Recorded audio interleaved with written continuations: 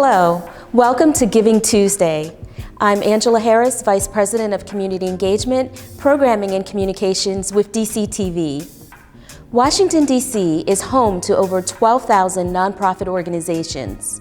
This represents over a quarter of the district's workforce. D.C. nonprofits give nearly $500 million annually to the district for a variety of services, and that doesn't include the countless hours of volunteer work done in our community. DCTV is committed to meaningful media. That means we proudly give a voice to those who are the least heard, and we speak meaningful dialogue about the important things that impact our community. In 2019, DCTV launched a new grant program for the purpose of helping nonprofit organizations to increase their communications capacity. We developed the grant with the guidance of nonprofit leaders who told us that getting the word out about the work they are doing is amongst the biggest challenges that they face, especially in a hyper-digital world. So we are here today to tell these stories, to make sure that these meaningful messages are seen and heard. Giving Tuesday is an annual event that began in 2012 as a way to spark the holiday giving season. It's celebrated on the first Tuesday after Thanksgiving each year. We hope that today's 24-hour special programming event will inspire you and will give you cause to join these organizations in the great work they are doing every day. So sit back and you'll be introduced to some of DCTV's staff who will serve as the hosts for this one-of-a-kind special event. And happy holidays.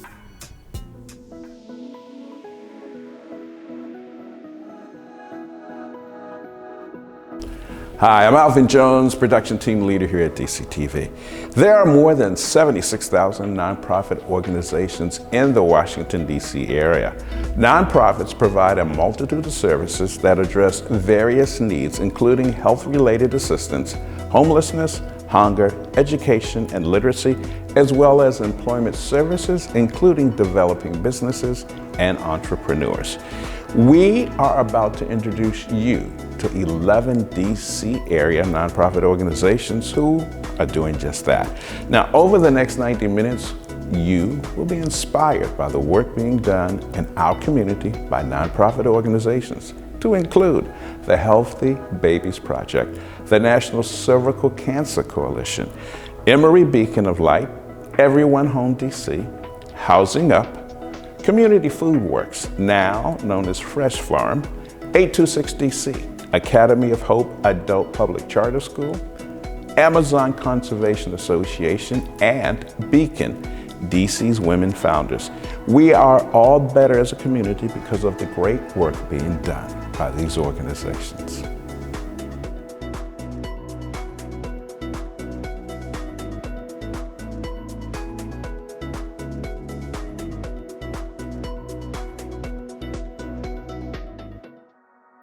If I never met Regine or Healthy Babies, I probably would have been dead.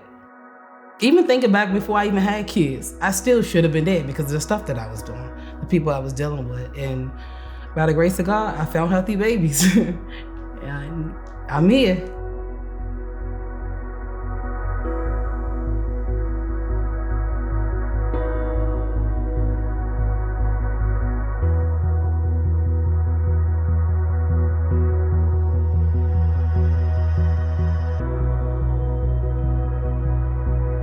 I was 17 and pregnant. I was going through a lot of household issues. So I was living on the streets for about 2 years prior to me becoming pregnant. I spent majority of my time at Healthy Babies. When I leave Healthy Babies, because I had nowhere to go, I would go and sell myself to people. But I wasn't a dumb kid though, so I went back and got my GED. And I actually went into a GED program when I was 16. But I didn't finish it until I was almost 20. I was just BSing. They was giving me a little stipend for $200. Who didn't want that money? You know, if you finish the program, you can't get the money no more, and I needed the money.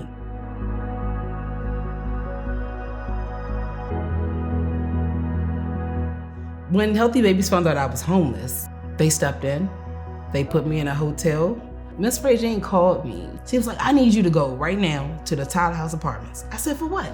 He said, because they got housing available and today is the last day. If you don't go now, you gonna mess up on your housing. They called me back and said, hey, Miss Cruz, you got the apartment, come and sign your paperwork. But had Miss Ray Jane not called me and told me, Dakota, go take your butt on North Capitol, go get that daggone place, it wouldn't have happened. Okay, y'all, painted by you know what. The initial mission of the agency was to combat infant mortality. I decided that I wanted to focus on the youth serving population, just the teen moms, because I saw the teen moms were struggling to find a safe place to lay their heads. Some of the moms had to sell their bodies in order to find a safe place to lay their heads. Our core values are about empowering our moms, educating our moms, mentoring our moms, guiding our moms to be able to change the trajectory of that mom's life and that child. When you come here, everything is really your choice. Everything is completely up to you in terms of your success or your failure. All we ask is that you're committed to whatever goals that you set for yourselves, that you really can't, put that on anybody else.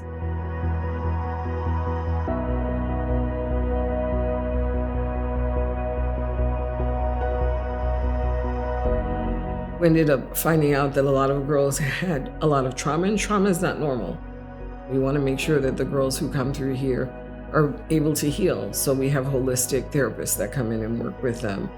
We do a lot of what I call teachable moments. It's making viable citizens, people that are productive in the society, regardless of some of the mistakes that they may have, made in their past. They're moving forward.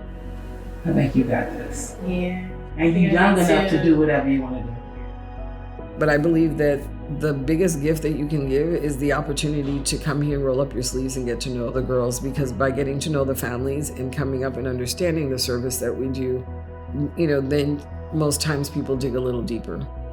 It doesn't matter whether you come one time or you leave and then you come back again a second time. I will receive you with open arms whenever you're ready to make the changes that you need for yourself, so that girls don't have to sleep in their cars or don't have to barter in order to find a safe place to lay their heads. The most important thing is that it only takes one person to walk in through that door and to help make a change and to change that mom's life and that child's life. So come on in, be that person. Healthy Babies Project go above and beyond their standard mission. They want to succeed in all aspects for all of the young moms. It helped me. I'm working on my bachelor's. I'm in my last semester. It's unbelievable. And I just got a job.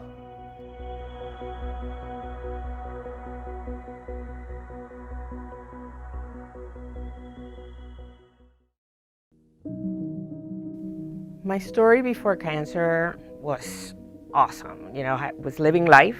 I'm a young mother and wife, trying to learn how to navigate my career, going to school, traveling.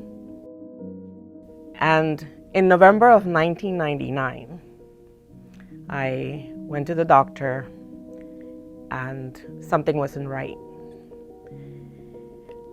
I had a biopsy, and a few days later, I received a phone call. And normally, when you get a phone call, they'll tell you what's going on right over the line. This day was different. The nurse said, "Hey, LaVern, I need to see you in my office." I got an idea right then and there that something wasn't right. I went to the clinic, I sat down. She leaned forward, touched my knee and said, "Allegra, you have cancer." It was a devastating day for me. It took many years before I could tell my story. The National Cervical Cancer Coalition is a grassroots volunteer-led program through the American Sexual Health Association that supports the personal experience of women and girls who are experiencing HPV and to prevent cervical cancer. The American Sexual Health Association and more particularly the National Cervical Cancer Coalition, spent a lot of time and energy trying to educate people about HPV and how to prevent HPV disease. We are volunteer-led with women who have had some sort of experience of HPV or cervical cancer, because we pretty much have a better idea of the support that's needed with women and families and caregivers within our community. For the last 4 years, I've been involved with the National Cervical Cancer Coalition as a chapter leader in Northern Virginia. And luckily for me, my husband has also decided to help us. So we both have become chapter leaders in Virginia. I have a sense of purpose today. Cancer doesn't have the last word. The National Cervical Cancer Coalition has allowed us to reach out to universities, colleges, and the general public in promoting cervical cancer awareness. Before we joined the National Cervical Cancer Coalition, we didn't know enough about cervical cancer to speak intelligently about it. They have given us the tools, they have given us the resources, and we have taken the time to learn about what we are representing for Northern Virginia. We do have a caregiver's manual that was produced by Bobby, who's one of our chapter leaders. And that part is important because a lot of times folks think of the survivorship, but there are also people, hopefully a team of people supporting you.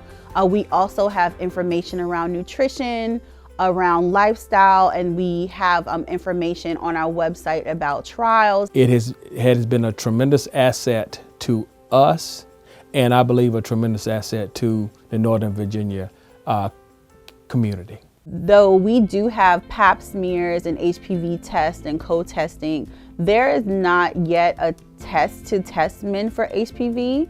And we typically find out that they have a HPV-related cancer after they find out that they have cancer. So being that we do now have a vaccine that is good for boys and girls, that's why we're really trying to transform the narrative from it being about sex to it actually being about cancer. So men should be aware, because there's no way to really know that you have HPV unless you have an HPV-related cancer. For more information, go to our website, National Cervical Cancer Coalition, or nccc-online.org. We'd love to hear from you.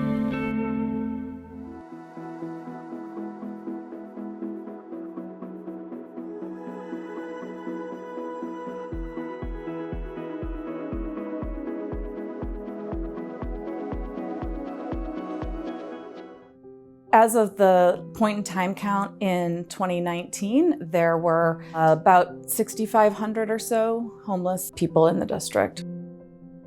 So Everyone Home DC has an array of programs to provide support to people at risk of or experiencing homelessness. We do everything from homelessness prevention for families to street outreach and operating a day center for chronically homeless individuals. We also have short and long-term housing programs, and we're active in advocacy that focuses on long-term solutions that will work to end homelessness. Our street outreach program is designed to meet people where they are and address their immediate needs, including just basic survival issues, especially in the extreme heat and cold weather. But our real goal is to get every single one of our clients in our street outreach program into permanent housing. Unfortunately, there's currently only about one housing solution for every 10 people who need a place to live. And so that means that we have to help them to stay connected to the community and to services and to stay as healthy and have the best life that they can until we can get them housed. So our street outreach program is staffed by some really phenomenal people who work every day with people experiencing homelessness who live outside primarily. And they go out on the street every day and find them. They may, for some people, need to accompany them to medical appointments or to replace an ID. For some folks, they're finding out, what do they need to stay warm in the winter. We talked to an individual today, for example, who was asking for a long winter coat and some warmer pants because he's staying outside and it's getting really cold. The long-term goal is housing, so we also participate in the coordinated entry system that the city has to match the people who are most in need with the right kind of housing. Shirley's Place is a really special place. It's one of the very few drop-in day centers in the city, and we offer services here at Shirley's Place that most of us take for granted when we have homes. So, for example, clients come in here and they use the bathroom. They can cook a meal or heat up something to eat. And this year we had a record 1,400 showers taken here. Folks also do laundry. That's a really popular service. If you live outside or even if you live in a shelter some of the time, you often don't have access to things like laundry. And for people's health and hygiene, they need to be washing their clothes and taking showers and so forth. So one of the things that we like to encourage everyone to do, and that our staff tries to do, is to really get to know the people who are experiencing homelessness in our neighborhood. One of the things that's really painful for them is when people walk by them intentionally ignoring them, or sometimes even worse, yelling insults at them. People experiencing homelessness are people, they're our neighbors, they're part of our community, and it's important to treat them as such. As the city continues to gentrify, we are finding that some of our people experiencing homelessness are facing a lot more antagonism, particularly where there have been some encampments. The people who have moved into the neighborhood don't want to see that, but the people who are there and have been there, perhaps for a long time experiencing homelessness, they need a safe place to stay. And until we can house them, they're going to be there because that's where they need to live and to be safe and to have a community of their own. And so I like to tell folks that if they don't want to see encampments, they don't want to see panhandlers, then we all need to really communicate to our city's leaders that funding and supporting programs that house people and help them to stay housed is a real priority. And we need to talk to our neighbors and our friends and our churches and educate folks about the fact that housing ends homelessness. It's not needing drug treatment or this or that. We need housing, and we need to make sure that we care about our neighbors who are unhoused and get them into housing rather than just trying to push them out of sight. I have to remain hopeful, and I know that if we all are talking to our neighbors, to our ANC commissioners, to our mayor and council members, we can really make a difference and we can end homelessness.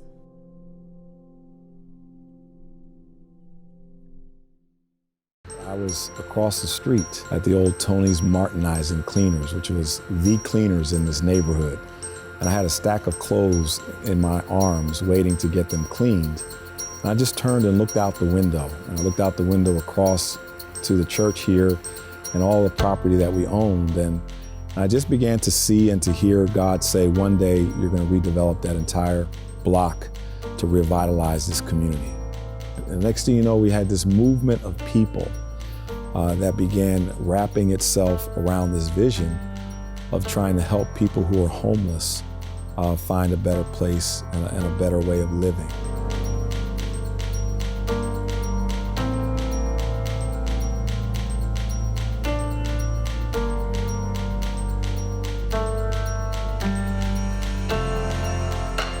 The vision just began to grow, and we began looking up and down Georgia Avenue for where we might be able to buy apartments because we wanted to move people from homelessness to permanent residency. And one day we had a meeting here, and one of our members said, why don't we just build here on the hill? And we had never thought about that. We didn't know it was possible. We just hadn't thought about it at all. And we started doing some surveys, and long story short, we discovered that we could build up and that we had 144,000 plus square feet in which to build. And so we began the journey of seeing what it would cost for us to build this dream of providing housing for people moving from homelessness to permanent residence. My name is Jacqueline Alexander. I am the Development Director at the Community Builders. We are a national nonprofit community developer. We have partnered with Emery Beacon of Light for the last 7 years. Began that partnership in 2013 to develop the Beacon Center. I arrived at the Community Builders in 2014 and have been working on the project ever since. Community development is about living and investing back into a neighborhood. It's realizing and seeing the vision and the promise and the history, acknowledging the history that is in the community, and recreating what a new living history is. It is investing not only housing, but economic development, resources for employment and education. It's an overall approach that's needed to truly stabilize communities and help them evolve. It was a long wait, but it was worth it. I have to feel safe, and that's important to me, and I like this. Someone older and someone, it's always someone nearby to ease your mind. So I'm grateful for that. Where we now have 99 units of affordable housing for people who make 60% of the average median income of the District of Columbia, people who are being displaced, people who are moving from shelters to permanent residency, people who love the District of Columbia, want to stay in the District of Columbia, but because of the rising costs of living here, because of gentrification, are being displaced every day. Affordable housing is the #1 issue in the city, and it's certainly the #1 issue here in Brightwood. The second is food insecurity. We have a long line of people who gather on Tuesdays who are hungry, who are looking for free food. Not only, if I eat, where am I going to get a meal next, but also if I eat a healthy meal, when am I going to be able to eat a healthy meal again? And so that's very real in this community. And I would say the third thing is workforce development. One of the pieces that the Emery Beacon of Light wishes to do through this Beacon Center project is to open our restaurant and cafe, which is on ground level on the street. We're looking to partner with an organization that does culinary arts training for returning citizens. Returning citizens need jobs. People need jobs. And so we're looking at this opportunity as a potential incubation into other aspects of the restaurant business that can put people to work.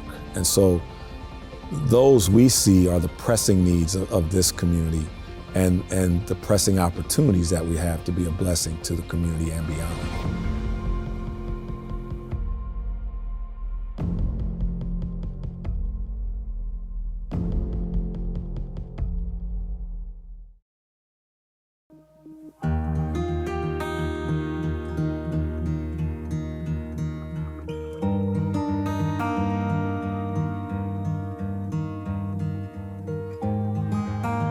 While working with us, they're able to rebuild some of the connections that have been broken, form some new connections, be fully integrated into their community, do things like being able to budget, paying their rent on time, things that may sound really basic to us, but are all key components to being good tenants and for people being able to move from working with us onto something else that, again, allows them to be more self-sufficient.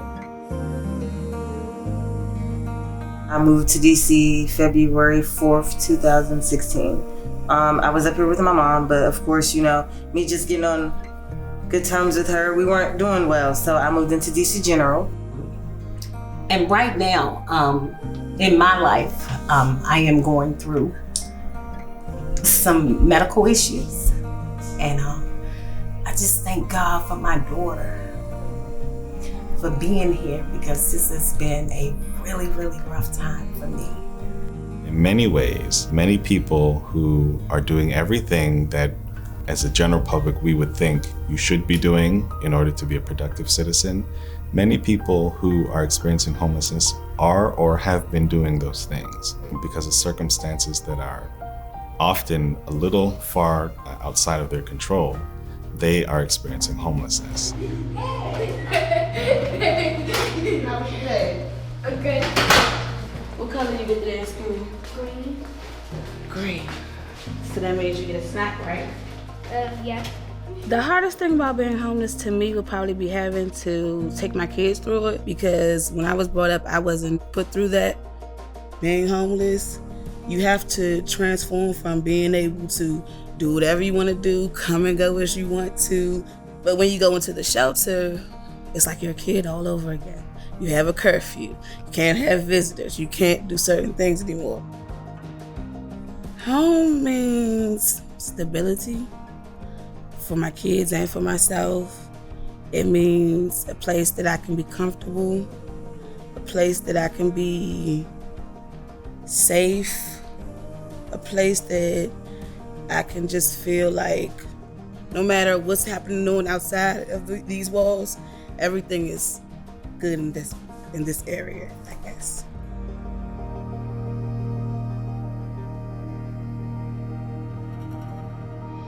Some of the common misconceptions that the public has about folks who experience homelessness are that they are lazy, they're shiftless, they are just interested in being dependent on government assistance.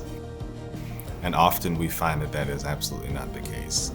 You have to put your best foot forward as well, because they're not going to just put in the footwork for you. You also got to put in that footwork. You have to be honest with yourself and also them as well. One of my immediate goals right now is that I'm starting tutoring, because unfortunately I didn't graduate from high school, and after that I would love to enroll into UDC or some type of program just to show my kids like it's never too late to do anything that you want to do. I think transformation looks like someone who came to us, working with us, and their life in many ways was not in a positive or a solid place.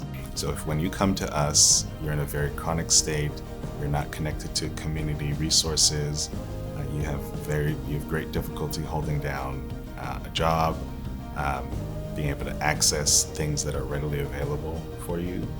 We hope that when you're finished with us, that you are at the very next level. So maybe you're fully connected to resources and you have now become more self-sufficient.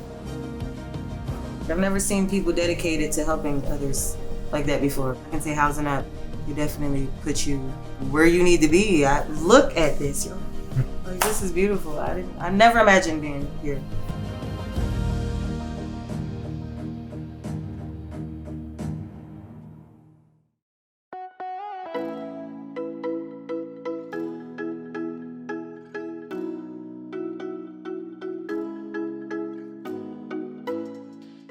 A food desert is an area most commonly in cities, but also in rural areas where a grocery store is just simply too far away from someone's house.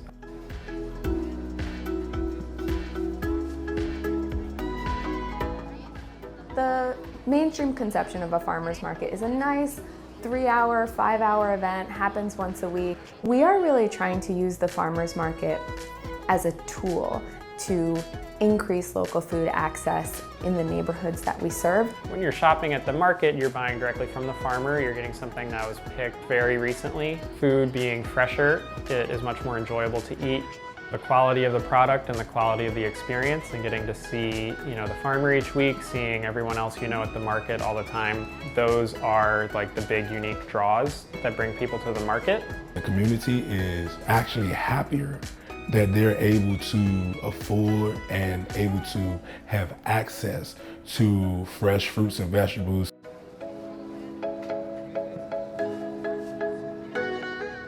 So we are really using the farmers market as a way to bring in a lot of the meal services, a lot of the food services that are already taking place in the neighborhood, and connect that to local food. I can honestly say when it comes to fresh vegetables, there's no need for the grocery store, because we have everything that you need. Everything is right there to see and to touch, and it's just beneficial to everybody. A food distributor is one that would buy and aggregate produce from buyers all over the world. Food hubs have been a response to that, where it is a similar produce wholesaler, but only working with local producers. We call ourselves the pop-up food hub because we pop up at the farmer's market. So instead of using warehousing, we are using the farmer's market as the infrastructure and actually running our whole operation out of that space. So I spend a lot of time at the pop-up food hub every week, receiving hundreds, thousands of pounds of produce from the farmers that we work with, packing it up into the individual orders and supporting the team that puts it onto the van and delivers it to all of our different partners.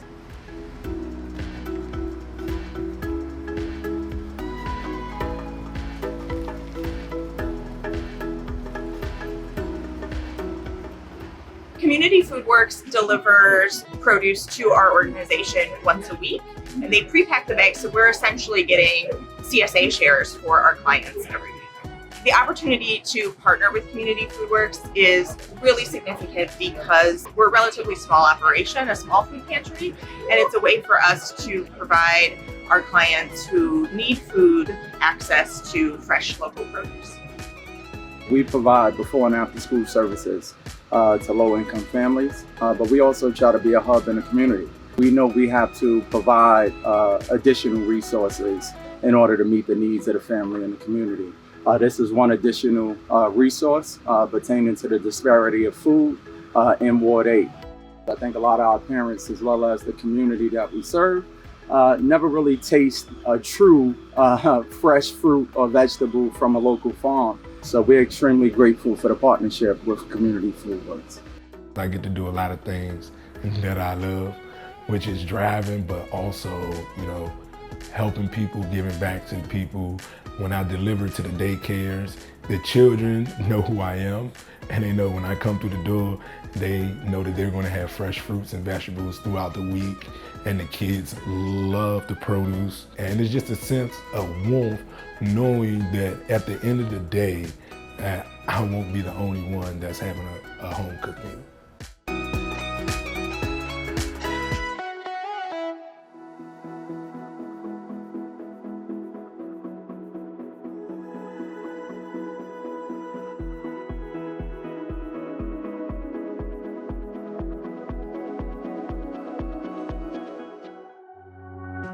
Our work is equal parts urgent and joyful.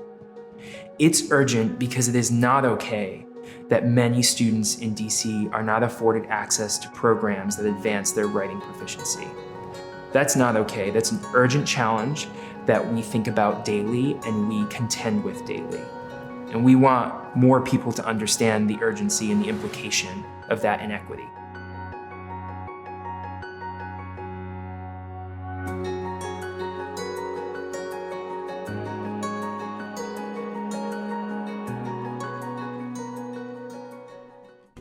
So today, just like yesterday, we're going to continue our Columbia Heights project. I have a video for you to watch today. So this is a video that someone made about Columbia Heights. Almost like ecuación es verdadera o falsa. So A260C amplifies the voices of DC youth through imaginative and effective writing education.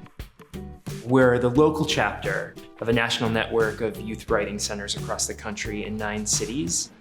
And here in DC, our storefront is Tivoli's Astounding Magic Supply Company, Deluxe Haberdashery and Illusionarium. It allows our students a space to enter that feels distinct from anywhere else that they would be learning. It feels different from home, it feels different from school, but it is a place where true learning happens, and they are members of this space.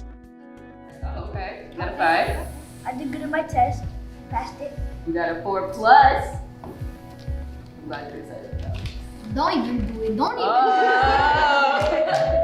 Next thing you know, A+. Yeah. In the after-school writing lab, I think the most significant growth that I've seen the group of students make is that they're together building a community in this space. Building their own space is important because at that age, where they're late elementary, early middle school, they're exploring and becoming aware of the ideas of justice and wanting to assert themselves. And that's a really important time in their development as human beings. And so being able to set their own expectations, set their own goals, work to create a plan to meet those goals and decide like when they feel accomplished and when they would like to grow a little bit more, having that space to explore that themselves will impact the future citizens of the world that first. More surprise from her. Mom and Daddy keep trying to teach me about first grade. Mom is wrong stairs, and me coming in 8 to 6. Is this your happy place? Oh my God. Our students are authoring their paths forward every time they put the pencil down, every time they step to the keyboard. Their work is joyful, it's hopeful, it's optimistic, it's funny, it's important, it's poignant. And to be in a space that can hold both of those realities, that urgency and that joyfulness, that's a rare space. And I consider myself lucky to be on a team that gets to advance that work here in DC every single day, gets to look toward a future with our students in which the sky is higher and brighter because of the work we're doing here together. That's rare and important, and I'm privileged to be a part of that.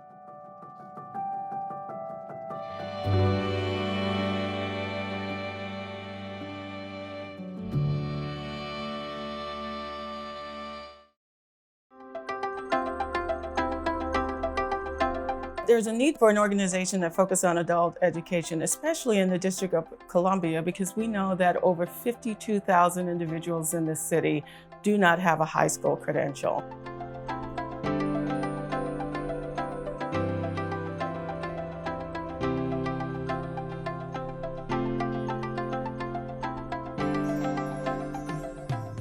How I came here, it was all my wife, honestly. I said I wanted to go back to school, but it was a thing of me dragging my feet about it. I kept telling her yo, I gotta work, I gotta take care of the family, I gotta do this, I gotta do that. And she was like, nah, babe, I need you to go to school because where we're trying to go, you gotta have all your credentials. I saw an interview on the news about Academy of Hope, and I went on their website and I looked into it and I did the pros and cons to other local, adult education, and I liked what I saw. So I went in with a game plan. That was August of 2017, and here I am, a graduate today. I'm like, what's an adult charter learning school? What is that? So that seemed like high school all over again. At Academy of Hope, our mission is to provide high-quality adult education in a manner that changes lives and improves our community. Our vision for the future really is to transform adult education. We've been at this work for 35 years, and we'd really like to see a different way to do it to help adults achieve their goals quickly and efficiently. What for me is really important for people to understand about adult learners is that individuals who left school before getting their high school credential didn't leave because they didn't care about school. We know from the adult learners that we talk to that their lives have had a number of obstacles that they've had to overcome. And all of the adults who come back to Academy of Hope, they really did value school. It was life circumstances that kept them from achieving that goal. And we're here to help support them along that journey, no matter how long it takes.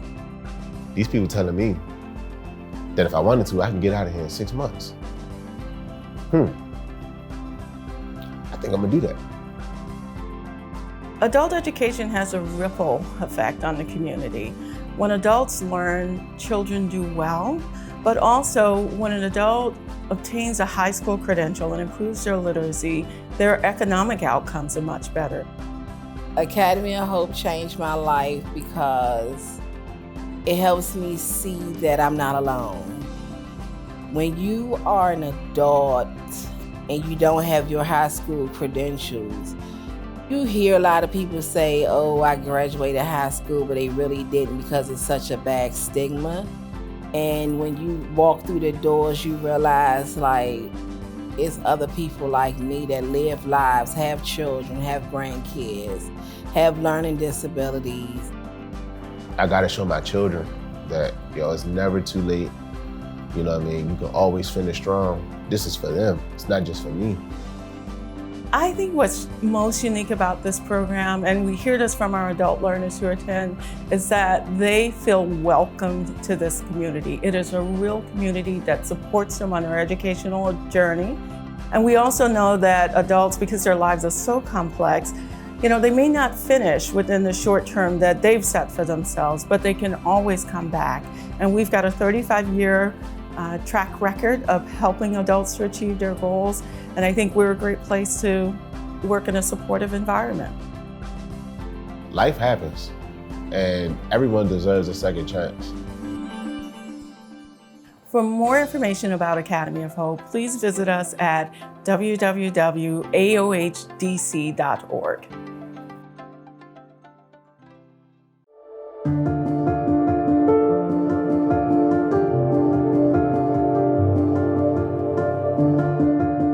I'm an industrial engineer, but really concerned about how we are going to give the world to our next generation. We have a climate crisis and a degradation crisis in the world. We're losing, in Peru, for example, we're losing 145,000 hectares each year of forest. Is the amount of Houston City. We're losing that because of different development activities that hasn't been planned in a smart way. The fires are always happening in different parts of the Amazon. But the last year in specific in my country was very huge. The impact of these conditions, the fires, has a huge regional scale because the pollution extends to beyond of Colombia, beyond of Venezuela, across the oceans. For this reason, the interrelationship between the big wild forests like Amazon and the rest of the world is very, very important.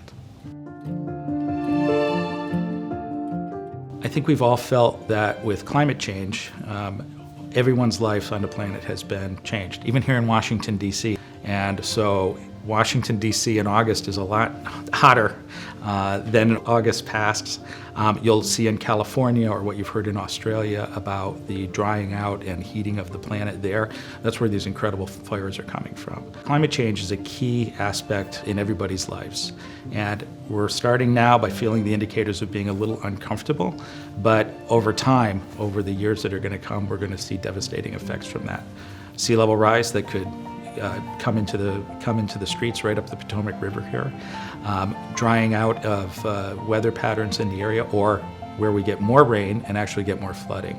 So it's going to affect us in much more devastating ways than maybe we're feeling today in Washington, D.C., but it's going to be key that we stop the progression of the impacts of climate change moving forward. Each of us have the responsibility to save the world for you and your children. What you can do?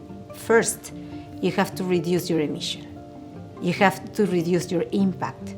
You have to reduce your consumption, your unnecessary consumption, because that increases the amount of emission that we release to the atmosphere, that this provoke the impact, the temperature in the world. In the Amazon forest, we can absorb, we can capture the carbon dioxide that is being released in the atmosphere. This is an amazing stock of carbon that we can maintain there. And then we could control the temperature, the global warming that is being affecting the whole part of the world.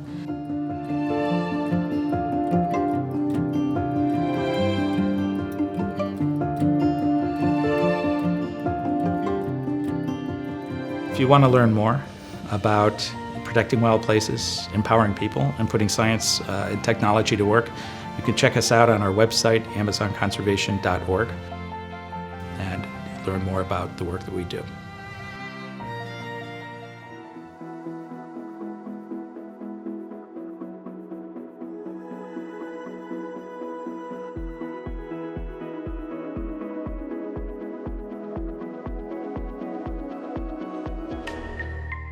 There is so much energy, so many new businesses being created, and so many resources for entrepreneurs. But people were having a really hard time connecting those resources to their needs and finding each other. In about the fall of 2016, a group of us got together and said, we can do better. Let's start connecting these people. Let's get these folks together and see what we can do to make some change in the district. Beacon was seeking to coordinate an ecosystem of over 80 different resource providers that were targeting resources to women entrepreneurs. And so it was a highly fragmented market. Before we could even act, we had to first really understand what was going on and what was the layout of that ecosystem. We never wanted to replicate the efforts of other organizations. Beacon was designed to be that unifier, that connector, not yet another nonprofit that needs to fundraise, that needs to compete in this space. We got a phenomenal grant from Google to come in and do funding. We collaborated with the mayor's office to help provide additional resources, and then a whole bunch of voluntary commitments. Things like getting law firms in the district to volunteer their time to provide legal training for entrepreneurs. It wasn't a clear structure that people were used to, but that design was very intentional and actually what made it successful because we had that connection and that institutional tie. As the Beacon board grew, it defined its prospectus, it began working in the ecosystem, and now is what you see today.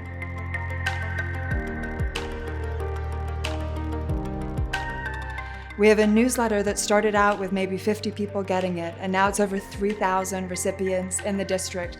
All women founders doing every business you can possibly imagine. What became the largest directory in the region for women-owned businesses. This is our most prized product, and it's kind of that digest of what's happening. It's funding opportunities, it's events, it's entrepreneur spotlights. What's been a beautiful thing about that project is that as it's grown over the years, the women in the community are using it as a way to market themselves, to offer discounted services, to connect for different business engagements. Where are the angel investors? Who are the funds? Who are the resource providers for small business owners? And I don't have to waste my time trying to get acclimated. I can just move.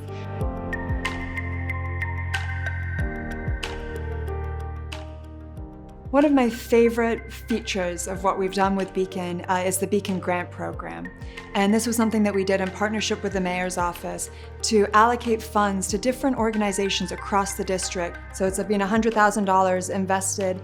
And what's important to me is that it's been invested in the organizations that support women entrepreneurs. So there's this multiplier effect. We put out this call, didn't know who was going to apply, and we had over 75 applications of just the best, brightest ideas of people that are doing the hard work of getting people the support they need. It was truly participatory. Not only did we have a community-led board that was selecting those applications, but there was also a public voting round, which was so important for us because we wanted to make sure that we're selecting projects that the community actually wants to see and can be involved in. You would have all of these people coming just to celebrate each other, to have that feeling of partnership. And that's been one of the key things that we've been so proud of, is seeing that take shape and grow into the future.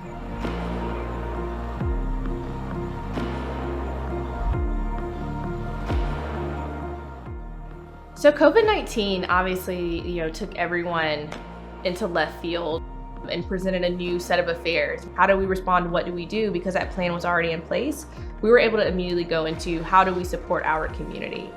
Whether it's guidance on a strategic plan, whether it's resources for PPE or relief efforts on the state and federal level. Post-COVID, we've seen now a resurgence of attention to particularly the Black community, and that's spilled over into other marginalized groups. I'm very, very much inspired by this time, and I think that provides an amazing opportunity not only for the Black women in our network, but also other businesses as well, because now the Black women entrepreneurs are receiving the recognition and capital that they deserve. Their businesses grow, we all grow. I'm really interested to see, how our businesses are again adjusting and adapting, and excited for what's to come. To me, Beacon is the light. When we came up with the name, that's what we were focused on, is let's shine a light to celebrate DC's women entrepreneurs, but let's also build that lighthouse so that people can know to look for each other.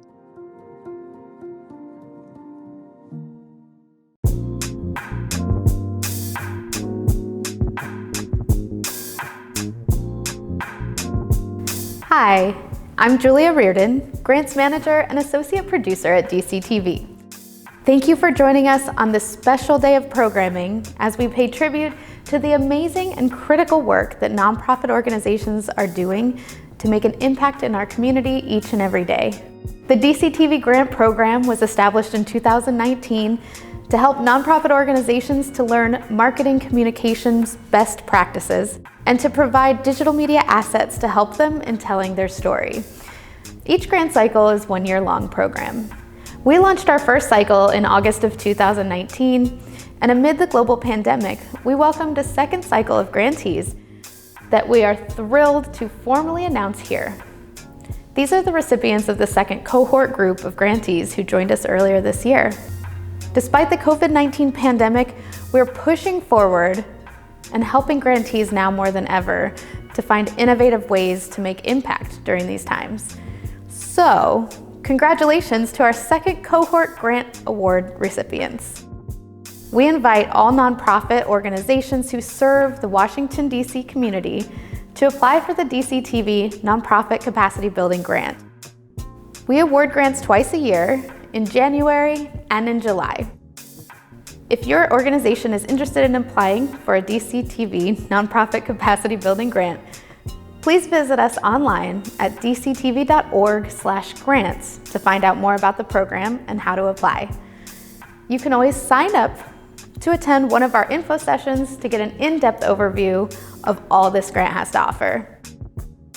Let us help your organization to tell quality stories about the important work that you do to make a positive impact in our community. We look forward to working with you.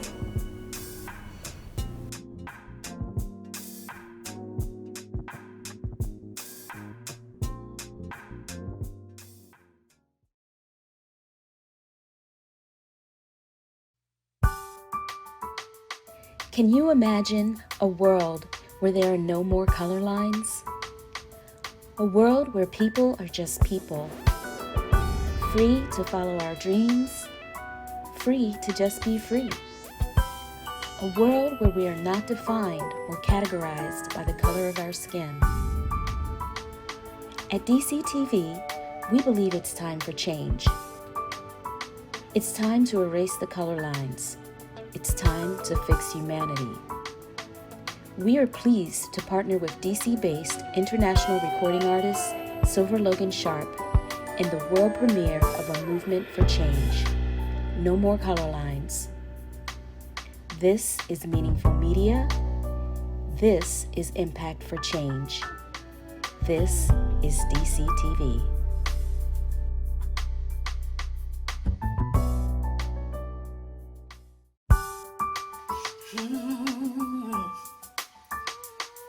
Imagine, yeah. Close your eyes and imagine.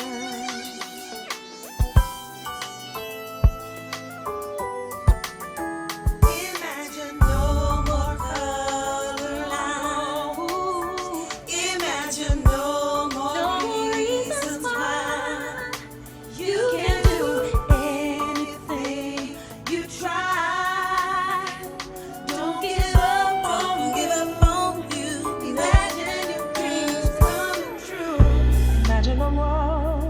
No one has color for skin. Color for skin. Imagine a place where everyone only stands to win. Some of us call our world a peaceful place, but if you could go back, think of everything you tried.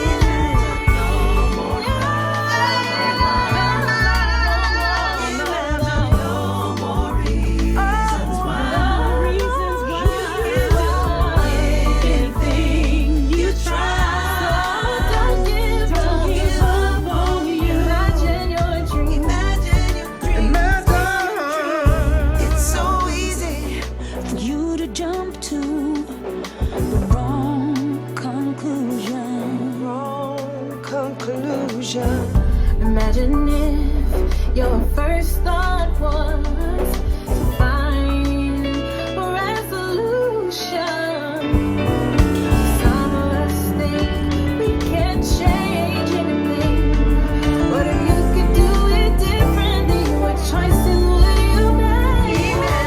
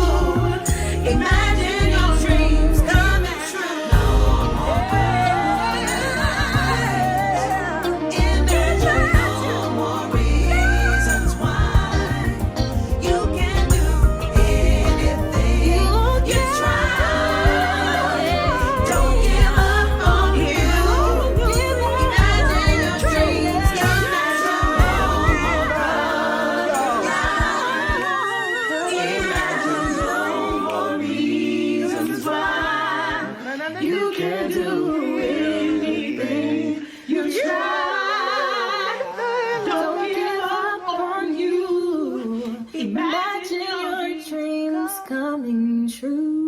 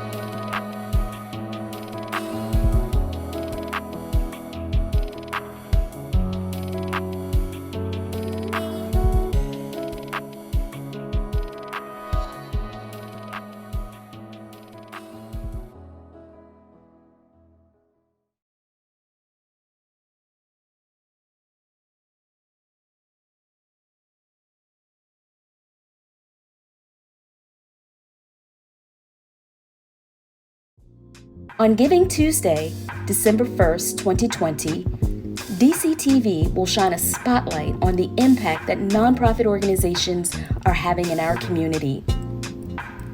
We invite you to tune in for a special 24 hours of continuous programming highlighting Washington, D.C.'s nonprofit community and the organizations that are making a difference in our community. Tune in morning, noon, and night to be inspired, and to witness meaningful media.